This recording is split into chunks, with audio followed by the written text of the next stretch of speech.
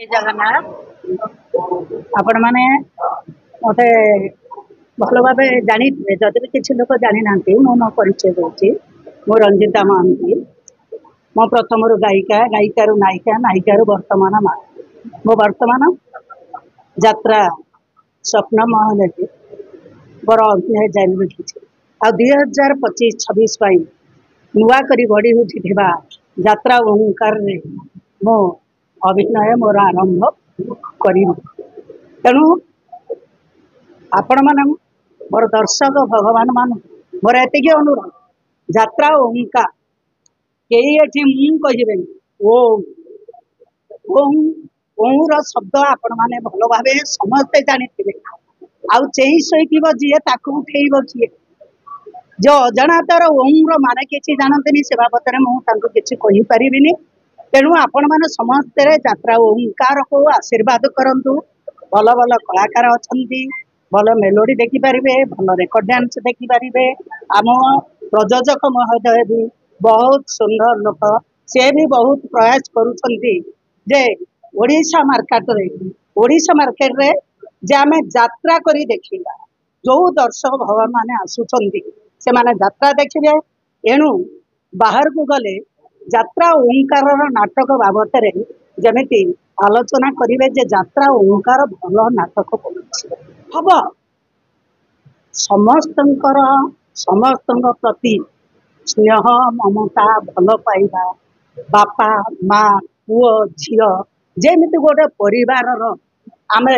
एकमत हो चलीचे सेमती यात्रा रे मालिक आमर राइटर डायरेक्टर संगीत सार माने आउ कलाकार माने जदि एकता ही रही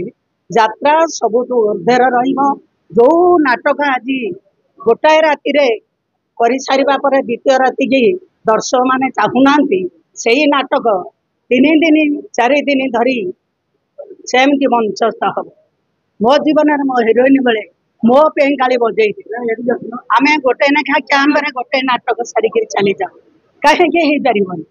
सबू हो पार तेणु समस्त मनटा मिसवा दरकार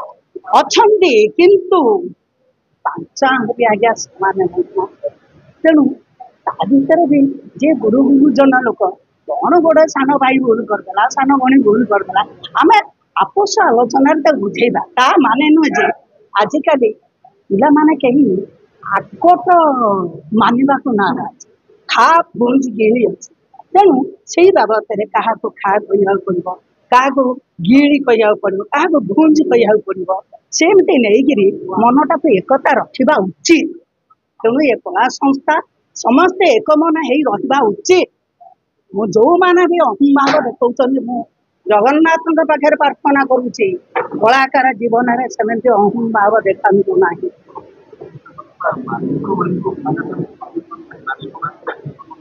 मालिक आमर पृष्ठपोषक मालिक पाखे आम थे मुझी मालिक को आम बाबू डाक बारे बापा बुरे आम हेलु से पिला से आमको बुझे तेणु पाखरु वर्ष वर्ष धरी पाखे आम चाकरी करुचु से माने आम पिला छुआ संसार को लक्ष्य दौरान जो तेणु मालिक क्या बाबद तो किसी कहूना आम जीवन में देखने आम आसिकला 13 वर्ष बयस 54-55 वर्ष मो अभिनय करी मु कौन मालिक ए प्रकार जो शुणुची बर्तमान भाईराल मु कौन मालिक को सेमती व्यवहार पाइनी कि केबे आखिरे देखी।